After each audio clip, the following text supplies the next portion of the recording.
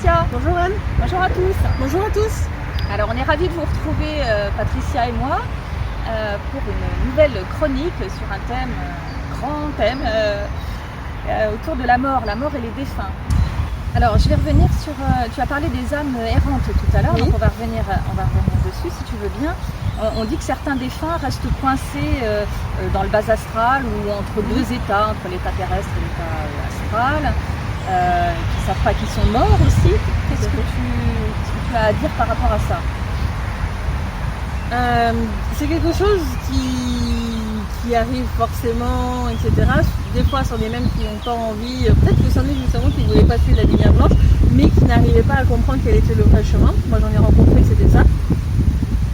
Donc du coup, ils ont préféré rester en fin de compte sur Terre en non incarné, donc en tant que défunt.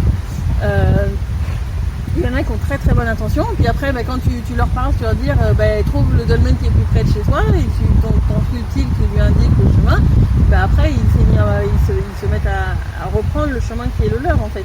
Mais il y en a certains, notamment, qui, moi j'en ai croisé en tous les cas, qui n'avaient pas envie de suivre la lumière blanche. D'accord. Alors, est-ce qu'ils avaient complètement conscientisé que c'était une manipulation qui était derrière ou pas, je sais pas. Mais du coup, passer par le dolmen, ça leur pose pas de problème. Chacun va vivre son expérience. Il n'y a pas une expérience qui est mieux qu'une autre, etc. Ça apporte quelque chose de vivre dans un entre-deux aussi, même si c'est pas ce qui est le plus favorable, parce que ça amène beaucoup de contraintes. Mais en soi, rien ne peut l'empêcher. Même passer par un dolmen, si tu as cette voie unique avec le tunnel, etc., qui t'amène de l'autre côté, si tu n'as pas envie de passer par le tunnel, tu restes devant, quoi. Mais, donc ces âmes-là peuvent rester coincées. Alors, théoriquement, oui. Aujourd'hui, il y a des lois qui sont passées dans le subtil, parce que le problème, c'est que ça rabaisse beaucoup de choses et ça peut amener des corruptions sans qu'elles en aient vraiment envie. Donc il y a vraiment des lois qui sont passées pour les accompagner et pour leur faire comprendre par des apprentissages en fin de compte que c'est bon de passer par le dolmen. Et si vraiment il y a un gros problème, après ça se passe par décision de justice en fait. Mais là ça va être la planète ou le lieu qui vont faire ces demandes en justice quand ils vont le repérer, parce que pour eux ça les pollue en fait, que ça reste trop longtemps dans un état d'entre-deux. D'accord. Okay. Mais ça va se passer par d'autres moyens, justice ou autre chose, justice licite, je précise, mais ça, voilà, il y a des moyens un petit peu de faire d'autres choses s'il y a un blocage. Okay. Parce que en préparant cette séquence, j'ai repensé à un film, peut-être tu l'as vu, un film spirituel assez connu qui s'appelle Nos Solars, Notre Demeure. J'en ai entendu parler, je l'ai pas vu. Ouais. Bon, pour aller vite, en fait, le personnage meurt et il se retrouve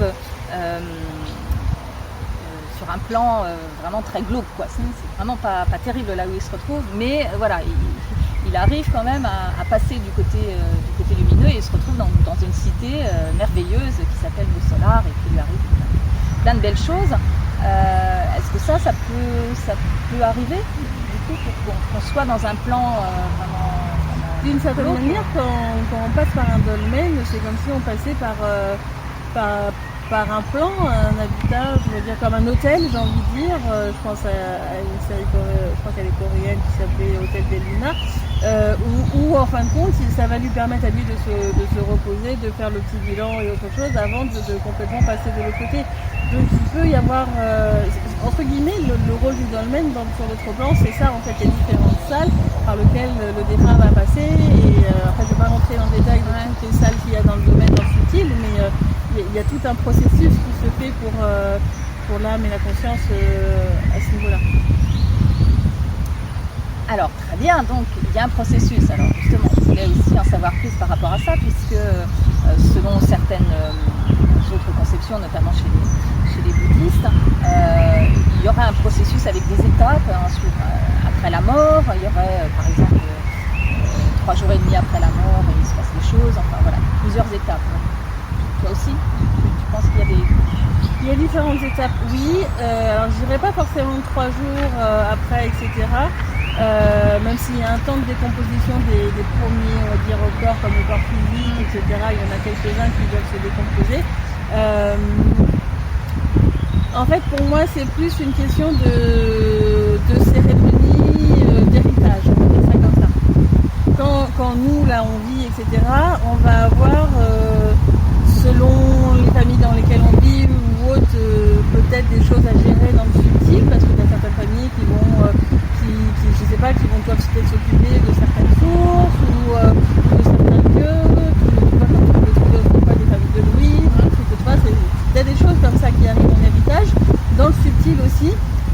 que tu amènes des fois sans t'en rendre compte, en te déplaçant dans un lieu ou autre, tu as certaines capacités qui viennent de ton héritage familial. Et donc au moment où tu décèdes, ces capacités-là, elles doivent être transmises après. D'accord. Donc en fait, normalement, autrefois, ces cérémonies-là se passaient au moment de la cérémonie religieuse, où du coup, les cérémonies sur tous les plans auxquels a accès la personne qui décède, qu'elle avait accès avant son décès, du coup, va se passer pour pouvoir avoir ce côté héritage sur du coup les personnes de ces lignées, donc principalement ses enfants. Mais s'il n'y a pas d'enfants, ça peut être les frères, les sœurs, enfin c'est transmis à d'autres membres de la famille à ce moment-là. Donc l'héritage, c'est pas que bien de terre dans la matière, etc. C'est aussi dans le subtil. J'ai déjà assisté à ces cérémonies de crémation. C'est pendant la cérémonie de crémation que les autres cérémonies vont se faire. Donc c'est pas forcément 3 jours, tu vois, après ou autre. C'est plus qu'à un moment donné, ils coordonnent les cérémonies en même temps. S'il n'y a pas de cérémonie dans la matière, c'est au moment où le corps commence à se déplacer. À un moment donné, il y a une décision de justice dans le subtil qui va dire bon là on fait toutes les cérémonies en même temps. Ok. Mais les 3 jours et demi, là, selon les Tibétains, c'est la première étape du voyage de l'âme. Alors, toi, tu parles pas forcément. Ouais, mais moi, j'ai pas ce côté-là parce que pour moi, dans ma vision d'aujourd'hui, je n'ai plus ce cycle de réincarnation. Ouais. Pour moi, c'est vraiment là, on passe l'héritage, on passe tout ce qui nous lié à la matière à ceux qui, du coup, doivent prendre la suite. Ouais, c'est intéressant cette histoire d'héritage. Alors, je crois que tu l'as abordé tout à l'heure, un petit peu. On dit aussi qu'au moment de notre décès, on revisite de façon éclair toute notre vie, on fait une revue express de notre vie. C'est notamment ce qui est fait pendant ces cérémonies-là, en fait. D'accord. Est-ce que c'est fait au moment du décès même? Je sais pas si c'est quelque chose. Franchement, je vais être honnête, j'ai jamais été vérifié si c'est quelque chose de pleinement licite ou pas. J'ai l'impression que c'est pas une obligation, mais est-ce qu'en soi, ça pourrait pas se passer de manière licite? J'en ai aucune idée. Là, comme ça, j'essaie de regarder rapidement. J'ai pas une information qui irait dans le sens que c'est forcément toujours illicite, même si j'ai pas l'impression qu'il y a, tu vois, une loi, quelque chose qui indique que c'est obligatoire. D'accord.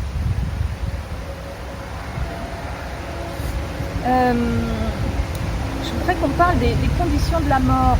Est-ce que la façon dont on meurt a une influence sur ce qui se passe après? Par exemple, dans une mort tragique ou une mort plus préparée? Oui, alors j'ai envie de dire le plus gros cas qui est différent, c'est lorsqu'il y a un suicide. Ah voilà, c'est la question d'après. Merci. En fait, les autres cas, pas forcément, parce que même si c'est pas ce qui était sur ton chemin, mais ça a été dû à un moment donné, mais que c'est pas toi qui as pris la décision d'eux, et ben dans ce cas-là, j'ai envie de dire un processus normal va se faire parce que c'est pas toi qui a décidé de couper court directement. D'accord. Par contre, si toi-même tu as un chemin de vie et que tu dois vivre certaines expériences, comprendre certaines choses, etc., et que de toi-même tu dis non, j'arrête là, etc., le problème est que comment je l'explique en français, c'est tu sors toi-même du chemin en fait. Et du coup, je sais pas, tu vois, t'as un chemin sur lequel tu passes, et c'est comme si c'était le vide sidéral sur le côté. Et puis à un moment donné, tu as des embranchements, c'est les différents choix que tu peux faire loin, donc c'est un chemin qui est très complet. À un moment donné, tu décides de sauter dans le vide sidéral. Il n'y a rien pour décider qu'est-ce qui va se passer dans ce vide sidéral, tu vois. Donc à partir d'un moment, tu peux être récupéré par différents éléments qui ne sont pas forcément très licites, parce que tu es hors de vue, limite, de certaines choses, de certaines lois, des dolmens. Il y a vraiment quelque chose de bizarre qui se passe à ce moment-là, en fait, dans ce type. Donc ça veut dire que les suicidés, c'est jamais sur leur chemin de vie de se suicider? Alors si c'est sur leur chemin de vie, et c'est moi de ce que je capte, même pas 1% des cas de suicidés, d'accord. Dans ce cas-là, il est sur son chemin de vie. Oui, ok.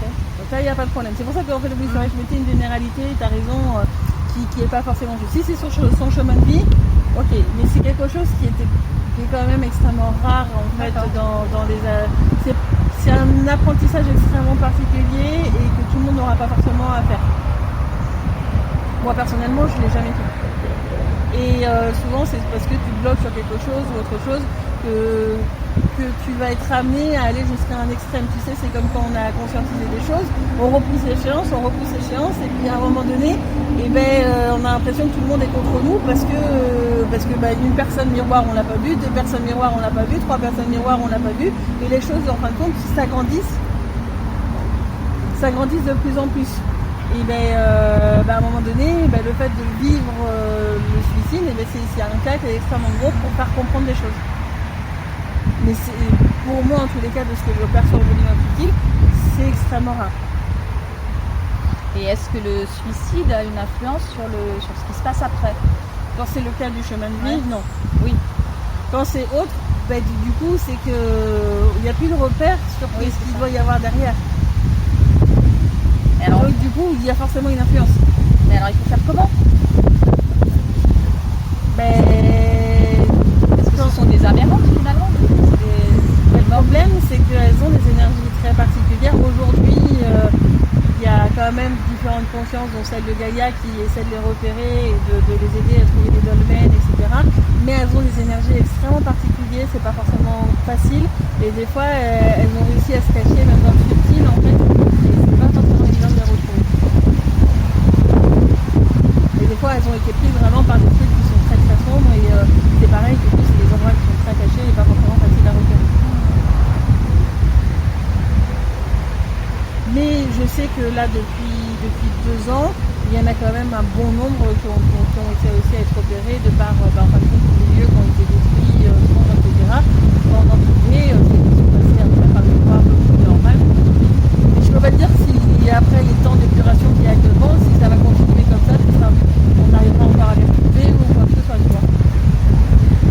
Oui, on a un orage qui n'est pas très loin, donc vous entendez peut-être des fois des bruits et tout ça. Désolée, c'est pour ça qu'on essaie de rapprocher le micro. Alors, on va arriver bientôt à la fin de la première partie. Est-ce que, comme on l'entend dire parfois, est-ce que le moment de notre mort, on décide avant notre incarnation? Oui et non.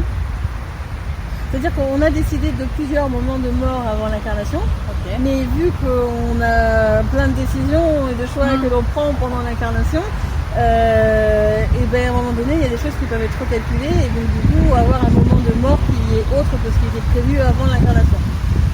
Ah ouais. Donc j'ai envie de dire, c'est comme tout ce qui nous arrive dans la vie, ça peut constamment changer et être revu en fait. C'est pas quelque chose qui est strict, net, complètement.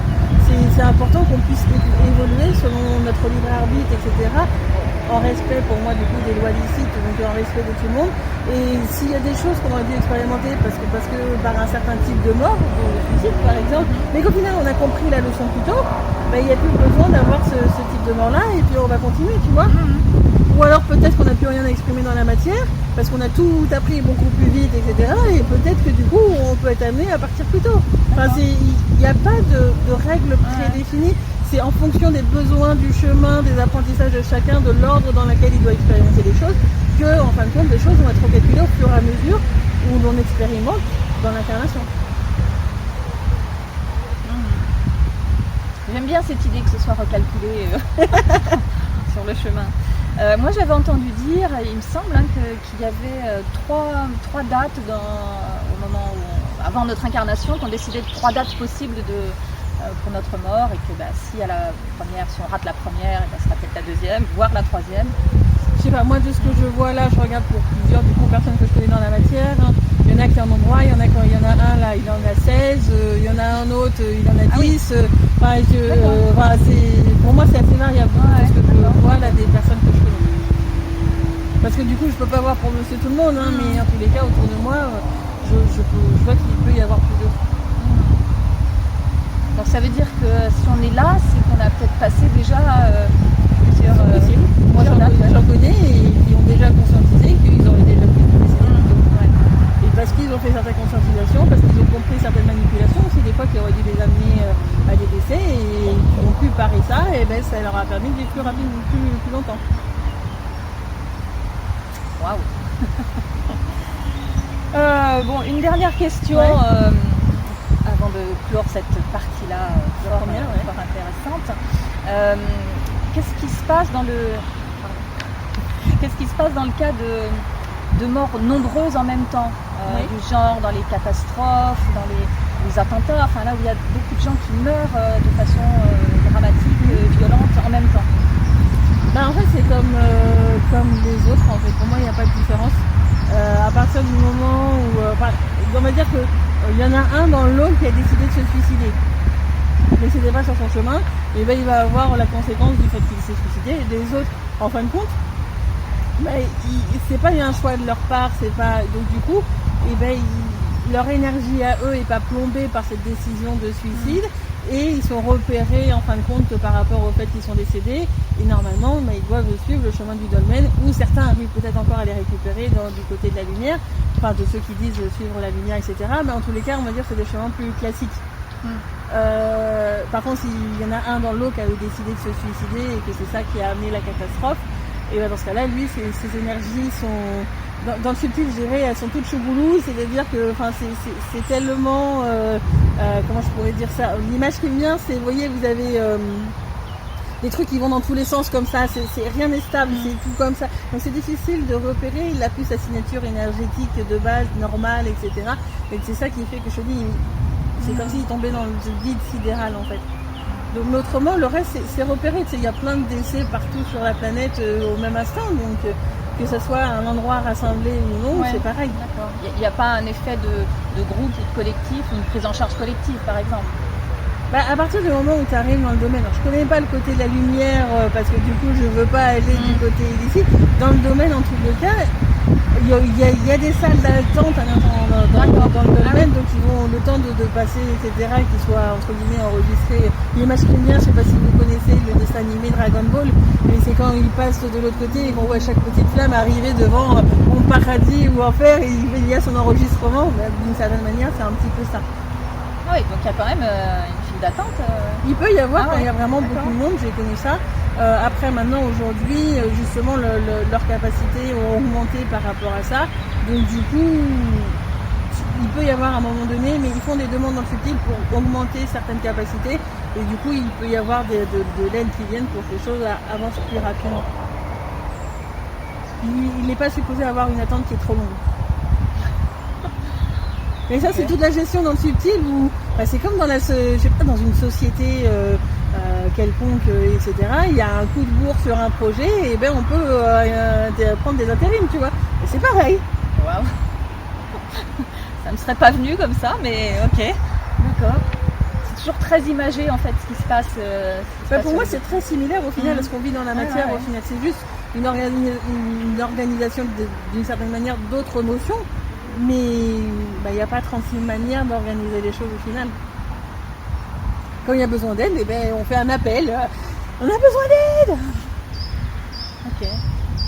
Donc les dolmens s'entraident, Oui, bien sûr. Ouais, okay. Bon, ça fait quand même pas mal d'infos. Et il en reste. Donc merci beaucoup Patricia. Merci à toi, Anne. On se retrouve donc très bientôt pour la suite. Sur ce thème passionnant de la mort et des défunts. À bientôt. À bientôt. Au revoir.